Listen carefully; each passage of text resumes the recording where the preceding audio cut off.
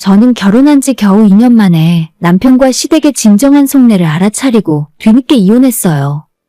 그래서 현재는 혼자 살고 있는 32살의 여자입니다.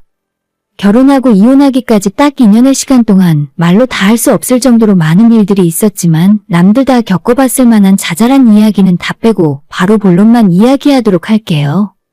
저희 집은 제 위로 3살 많은 오빠가 하나 있고 부모님은 공인중개사를 하고 있어요. 처음에는 아빠가 먼저 하고 계시다가 나중에 엄마까지 자격증 시험에 합격을 하셔서 지금은 두 분 모두 그 일을 하고 계세요. 부모님이 전부 부동산 일을 하시다 보니 자연스레 저희 집에서는 이런 쪽으로 어느 정도의 조기 교육이 되어 있었습니다. 그래서 그런지는 몰라도 저와 친오빠는 직장 생활하면서 받는 월급의 대부분을 엄마가 관리를 해주셨고 부모님이 시키는 대로 돈을 모아서 이미 몇 년 전에 각자의 이름으로 아파트 한 채씩을 갖게 되었어요. 그때는 저는 물론이고 우리 오빠도 결혼을 안 한 상황이었고 회사에서 월급을 받으면 전부 엄마한테 맡기고 용돈을 받아 쓰고 있었습니다. 부모님이 알아서 잘 모았다가 결혼할 때 주겠다고 하셨는데 어느 날 아빠가 어떤 아파트에 미분양이 났으니 분양권을 우리 둘 다 사라고 하시더라고요. 제가 사는 지역이 어디라고 딱 집어 말하긴 그렇지만 경기도권이고 그때 당시에 아파트가 미분양이 많이 났었나 봐요. 중도금 무이자, 발코니 확장비 무료 등등 여러 가지로 조건이 좋은 상황이었고 오빠와 제가 모아둔 돈으로 계약금을 내고 나머지는 어차피 중도금이 무이자인 상황이라서 아빠한테 속는 셈 치고 아파트를 한 채씩 분양받았어요. 그때는 아파트가 많이 생기던 시기였는지 잘 기억이 나진 않지만 미분양된 아파트들도 많았고 주변 친구들은 대부분 집 사는 것에 관심도 없었어요. 결혼한 직장 선배 언니들도 그냥 속 편하게 전세 살면 되는데 뭐하러 대출 몇 억씩 받아서 신축 아파트를 사냐고 한마디씩 하곤 했었습니다. 저도 그때는 지금 집을 사는 것이 맞나 싶었어요. 아무리 혜택이 좋다고 해도 몇 년 전 당시에 4억을 넘어 5억 가까이 하는 가격은 너무 비싼 것 같아서 덜컥 겁이 나더라고요. 하지만 아빠가 지금 아니면 절대 너희들 경기도에 집 못 산다고 무조건 지금 사야 한다고 해서 어쩔 수가 없었죠. 그래도 아빠 말이니 맞겠지 싶어 그냥 오빠랑 미분양된 아파트 하나씩 사서 묵혀놨는데 지금 와서 제 인생을 바꿔줄지 누가 알았겠습니까? 다들 그 이후의 상황을 예상하시겠지만 당시에 미분양 나서 아무도 거들떠 안 보던 아파트가 2년 뒤 저희가 입주할 시기쯤 되니까 사람들이 관심을 가지기 시작하고 가격도 슬금슬금 오르더군요. 하지만 큰 금액도 아니었고 그때는 팔면 세금이 엄청나게 나온다고 해서 제가 직접 들어가서 살기보다는 전세를 주고 말았습니다. 어차피 그때는 결혼하기 전이라 제가 부모님 집에 살고 있었고 독립할 이유도 없었어요. 2년 후에 남편과 결혼했고 제 집에서 전세 살고 있던 분을 이사 내보내고 들어와서 살기 시작했습니다. 전세를 한번 돌리긴 했지만 완공된 지 겨우 2년 지난 신축이었고 그 사이에 또다시 집값도 많이 올라 있었죠. 처음에 옵션 포함해서 4억 후반대로 분양을 받았었는데 입주할 당시에 5억이 조금 넘었었고 그리고 또 2년 뒤에 제가 들어와서 살 때가 되니 7, 8억 이상 가더라고요. 이렇게 비싼 아파트가 정말 제 집이라니 믿겨지질 않았습니다. 사실 처음에 들어간 제 돈은 1억 5천 정도였던 것 같아요. 나머지 전부 은행에서 대출을 받거나 세입자한테 받은 전세금으로 충당했었는데 이제는 1억 5천으로는 아파트는커녕 이 동네 전세도 얻을 수 없잖아요. 결혼할 때 제가 아파트가 있다고 하니까 남편도 너무 좋아했고 당연히 시부모님도 정말 좋아했습니다. 집은 제가 있으니 남편이 혼수를 맞춰서 오기로 했는데 다행히 모아놓은 돈이 있어서 시부모의 도움 없이 남편이 모은 돈으로 맞출 수가 있었어요. 그런데 문제는 예산이 충분하지 않았는지 TV와 세탁기, 냉장고 같은 전자제품들을 제가 원래 하고 싶었던 신제품들이 아니라 그보다 30% 이상 저렴한 중급 정도의 해가 지난 모델들로 맞추더라고요. 이게 성능은 어차피 거기서 거긴데 가격이 저렴해서 합리적이야. 저는 몇 억씩 하는 새 집에 들어가는데 기왕이면 가장 예쁘고 최근에 나온 것들로 혼수를 맞추고 싶었지만 남편은 돈돈거리면서 무조건 싸고 저렴한 가성비가 좋은 것들로 혼수를 맞췄습니다. 솔직히 남편이 결혼 전에 모아둔 돈이 많지 않다는 것은 이미 알고 있었어요. 본인 입으로 벌면 버는 대로 쓰는 타입이라 말하기도 했고 20대 때부터 일찍 차를 사서 끌고 다녔으니 돈이 모일래야 모일 수가 없었겠죠. 결혼하고 난 이후로 돈 관리는 전부 제가 하기 시작했지만 결혼 전에 서로 모은 돈이 얼마나 있는지는 서로 묻지 않고 알아서 따로 관리했었거든요. 사실 저는 이 집을 사는데 모은 돈의 대부분의 돈을 써버렸고 그 뒤로도 적금 붙는다는 생각하고 돈이 모이는 대로 전부 집대출금 상환하는 데 사용했으니 돈이 별로 없었다 치지만 남편은 그냥 거의 다 본인이 써버려서 돈이 없던 거죠. 그럼 시댁에라도 조금 도와달라고 해서 혼수라도 제대로 맞췄으면 좋겠다 싶었는데 대충 눈치를 보아하니 남편이 먼저 시부모한테 그런 이야기도 못하는 것 같고 시댁에서도 전혀 뭔가 해줄 마음이 없어 보였어요. 시댁 사는 모습을 봤을 때 그렇게 형편이 어려운 것도 아닌 것 같은데 아들 장가 보내면서 금전적인 지원을 아예 안 해주시니 저만 손해본 것 같은 기분을 지울 수가 없었죠. 그래도 말 못할 집안에 사정이 있겠지라고 생각해서 크게 문제 삼지 않고 넘어갔는데 처음에 저희가 이 집으로 이사 들어온 지 얼마 되지 않았을 때 시부모님과 신우까지 집으로 불러다가 집들이를 한 적이 있었습니다. 저희가 완공 2년 조금 넘은 신축 아파트라서 새로운 기능도 많고 구조도 약간 특이하게 잘 빠져서 다들 집 구경하느라 정신이 없었어요. 지하 주차장도 여유가 있었고 공원까지 나갈 필요 없이 아파트 단지 안에서 산책할 수 있게 조경이 잘 되어 있는 것도 시모와 신우가 특히나 좋아했습니다. 그렇게 집들이를 마치고 며칠 후에 시어머니가 제게 따로 전화를 하시더니 다짜고짜 지금 우리 집에 대출이 얼마나 남아있냐고 물어보셨습니다. 갑자기 그걸 왜 물어보나 싶었고 대답을 어떻게 해야 하나 순간 고민했어요. 제가 모아둔 돈으로 처음에 갚을 만큼 갚았고 나머지는 살면서 천천히 남편이랑 맞벌이하면서 대출을 갚아나갈 생각이었는데 어머니께서 무슨 의도로 이러시는지 모르겠더라고요. 고민하다가 그냥 2억 조금 안 되게 남았고 제가 알아서 갚아나가겠다고 했더니 어머님이 바로 하시는 말씀이 그럼 내가 1억을 보태줄 테니까 그 집 명의를 우리 아들이랑 공동 명의로 하자. 아직 너 걸로 되어 있지? 라고 하시는 겁니다. 1억이라는 큰 돈에 순간 혹하는 마음이 들었지만 저는 아직도 이 집이 제 집이라 생각하고 공동명의는 별로 하고 싶지 않았어요. 애초에 그럴 돈이 있으면 남편이 혼수하느라 돈이 모자라서 쩔쩔매고 있을 때 단돈 1,000만 원만 보태주시지 이제 와서 왜 갑자기 돈을 보태준다고 하시는 건지. 그 이유를 정확하게 알 수는 없지만 시어머니의 시커먼 속이 들여다보이는 것 같아서 돈을 준다고 하는데도 무조건 거절했습니다. 아니, 내가 언제 그 집을 달라고 하니? 그냥 너희가 대출 갚으며 살기 힘들까봐 1억 보태주려고 하는 거지. 그리고 결혼을 했으면 부부 사이에 네 거 내 거가 어디 있어? 당연히 서로 같이 공동명의를 하고 사는 게 맞는데 너는 어떻게든 내가 결혼 생활 시작하기도 전부터 하나도 양보를 안 하려고 하니? 어머님이 갑자기 화를 내니까 그때부터 뭔가 싸한 기분이 들어서 아파트 대출금은 남편 돈을 하나도 안 쓰고 제 돈으로 갚을 테니 우리 집 명의에 신경 쓰지 않으셔도 된다고 했죠. 그래도 어머님은 포기할 줄 모르고 며칠 후에 또다시 전화를 하셨습니다. 생각 좀 해봤소? 그러지 말고 어른이 준다고 할 때 고맙습니다 하고 받아. 이번이 마지막이고 또 거절하면 진짜 한 푼도 안 줄 거야. 라고 하시길래 정말 괜찮다고 마지막으로 거절을 했어요. 어머님은 단단히 빈정이 상하셨는지 대답도 없이 전화를 끊으셨고 저는 조금 이상한 마음이 들어 친정아빠한테 시어머니가 갑자기 전화해서 1억 보태줄 테니 내 집을 공동명의 해달라는 소리를 한다고 일러 바쳤습니다. 뭐? 1억으로 공동명의를 하자고? 그놈의 여편네가 헛소리를 하고 있네. 절대 안 돼, 알겠지? 아빠는 그 이야기 듣자마자 절대 안 된다고 무슨 소리를 하는 거냐 펄쩍 뛰더니 결국엔 며칠 후에 아빠가 저를 끌고 같이 은행으로 가서 부모님 돈으로 우리 집에 남은 대출금을 전부 싹 갚아버렸어요. 이제는 너희 시모가 무슨 헛소리를 하든 집에 돈 보태줄 필요 없다고 딱 잘라 거절해라. 아빠는 그렇게 말씀하셨고 저도 그 말 명심하고 지금까지 살았습니다. 그렇게 남편과 제가 새 집에서 산 지도 2년 가까이 지났고 그 사이에 이 동네에 저희 집뿐만 아니라 전체적으로 부동산이 크게 올랐어요. 저희 아파트도 이제는 8억을 지나 10억이 넘는 금액에 거래가 된 적도 있습니다.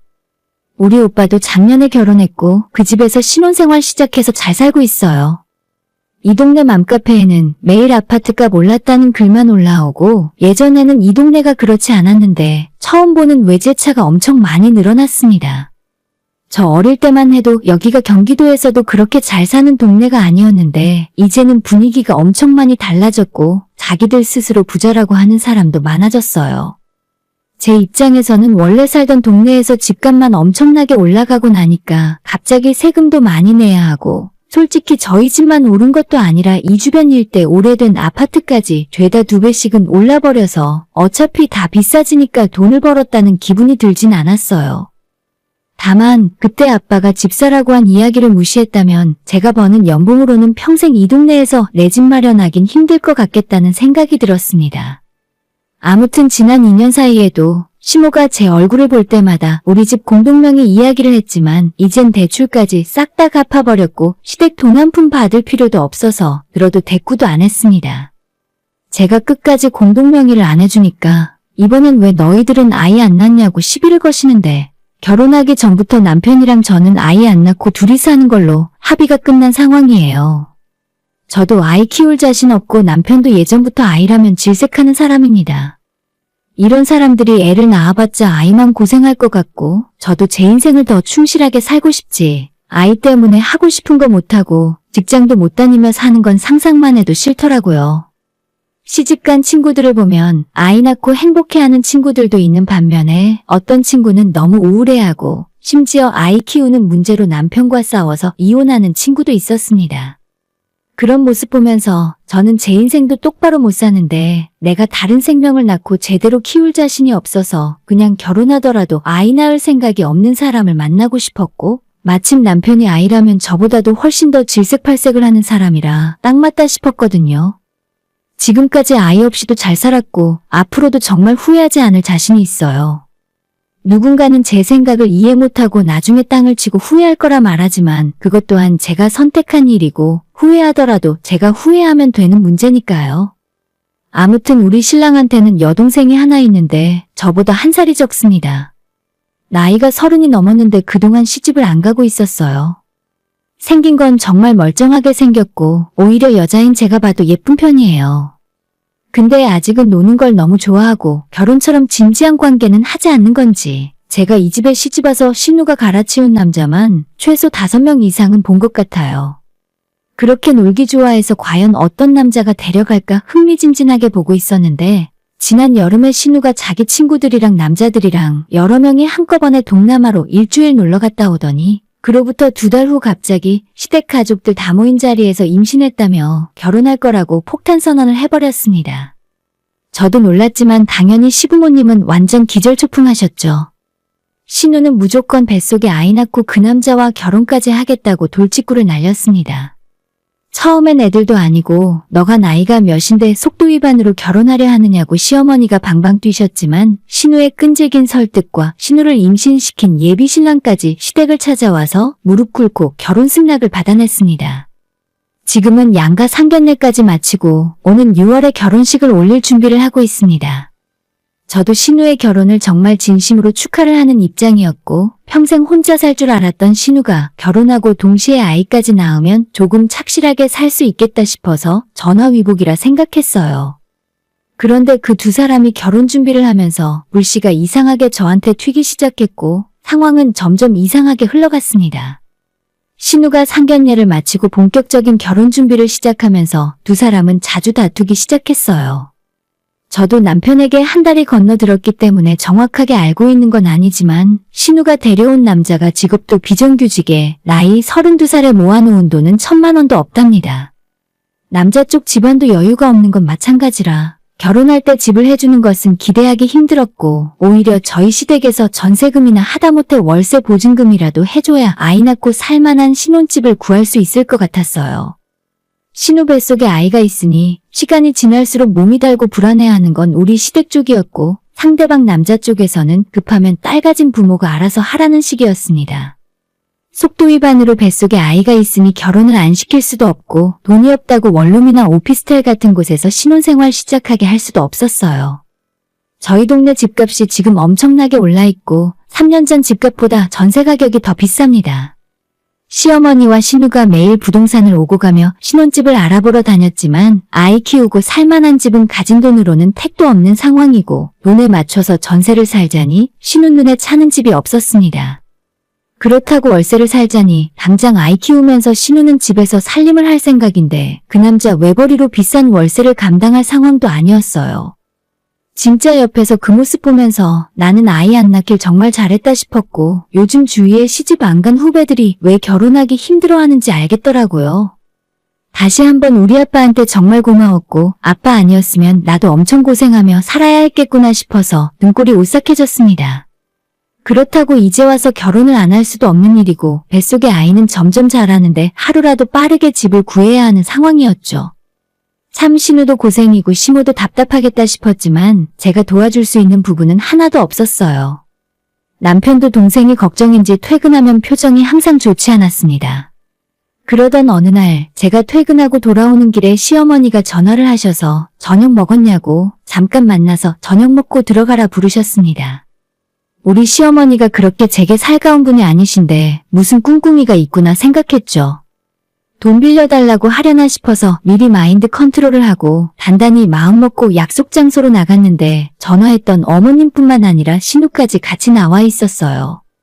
저보고 비굴하게 살살 웃고 있는 신우를 보니까 진짜로 돈 빌려달라고 할 생각이구나 싶어서 미리 머릿속으로 뭐라고 거절할지 시나리오를 생각하고 있었죠. 시모가 사주는 돼지갈비를 먹으면서도 고기가 코로 넘어가는지 입으로 넘어가는지도 모르겠고 언제 나한테 돈 이야기를 하려나 그것만 기다리면서 두 사람 눈치를 봤습니다. 하지만 의외로 밥을 다 먹을 동안 그냥 평소 안부 이야기나 하고 신우 신혼집 문제에 대해서는 한마디도 없더라고요.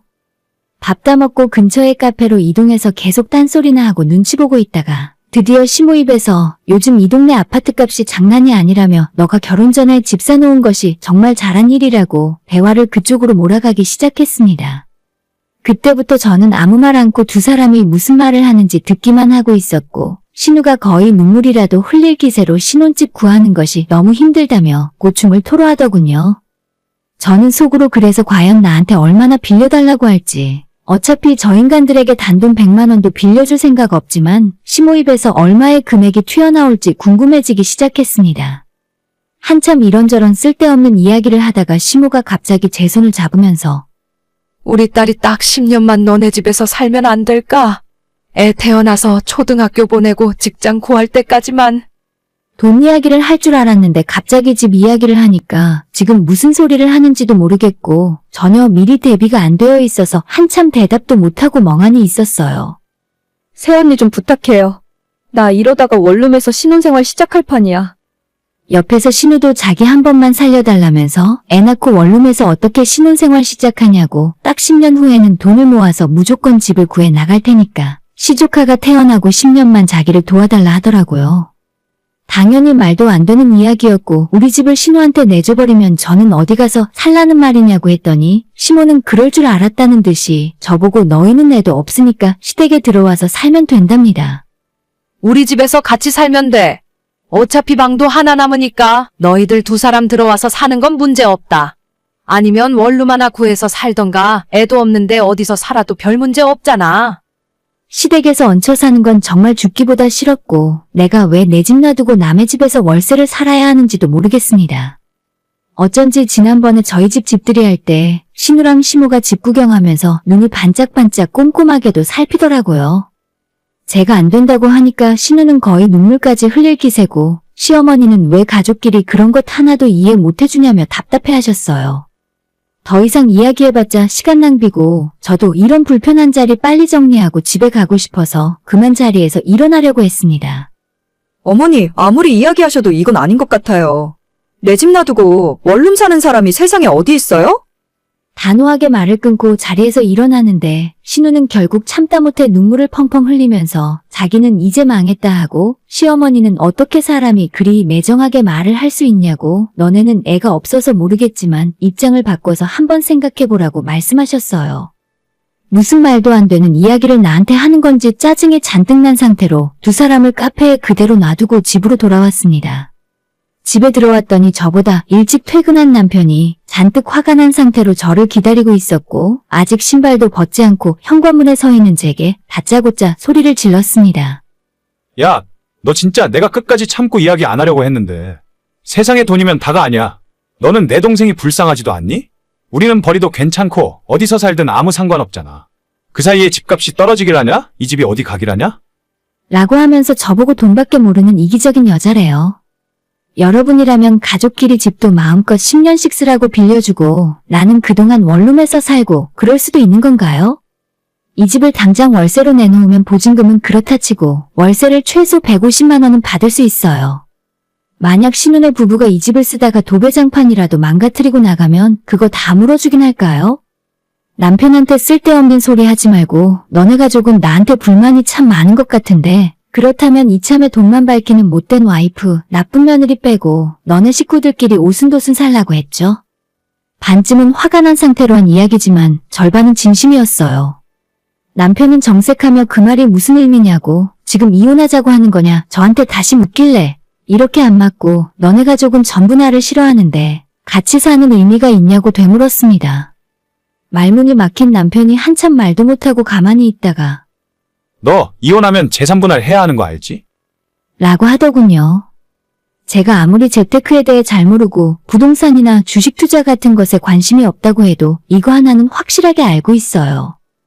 헛소리 하지 마. 내가 이 집 사는데 당신이 10원짜리 한 장 보탠 적 있어? 너가 가져온 거지 같은 혼수들 도로 다 가지고 너네 집으로 꺼져. 라고 이야기했고 남편은 자기가 결혼하고 2년을 같이 살면서 월급을 다 저한테 맡겼으니까 이 집 팔아서 재산분할 받아야 한다고 주장하더라고요. 남편한테 받은 월급은 제가 관리한 게 맞죠. 그 돈으로 우리 부부 생활비, 공과금, 보험료 쓰고 나머지 돈은 은행에 그대로 넣어두었어요. 적금 통장 2개와 비상금 통장 하나로 관리하고 있었는데 그거 남은 금액 정확하게 반 나눠줄 테니까 그거나 챙겨서 나가라고 했습니다. 너가 나가라고 하면 내가 무서워서 벌벌 떨 줄 아냐? 라고 하더니 남편은 그대로 집을 나갔고 시댁으로 들어갔어요. 아마 시모랑 신우랑 셋이서 변호사도 찾아가 보고 어떻게든 저한테서 집을 빼앗아 보려고 백방으로 알아보러 다녔던 것 같아요. 남편이 집을 나가고 3일이 지나서 전화가 오더니 처음 한다는 소리가 기가 막혔습니다. 이제 우리 그만 싸우고 화해하자. 애들도 아니고 이런 일로 이혼 이야기 나오는 건 아닌 것 같아. 아마도 자기들 생각대로 뭔가 일이 잘 안 풀렸나 보죠?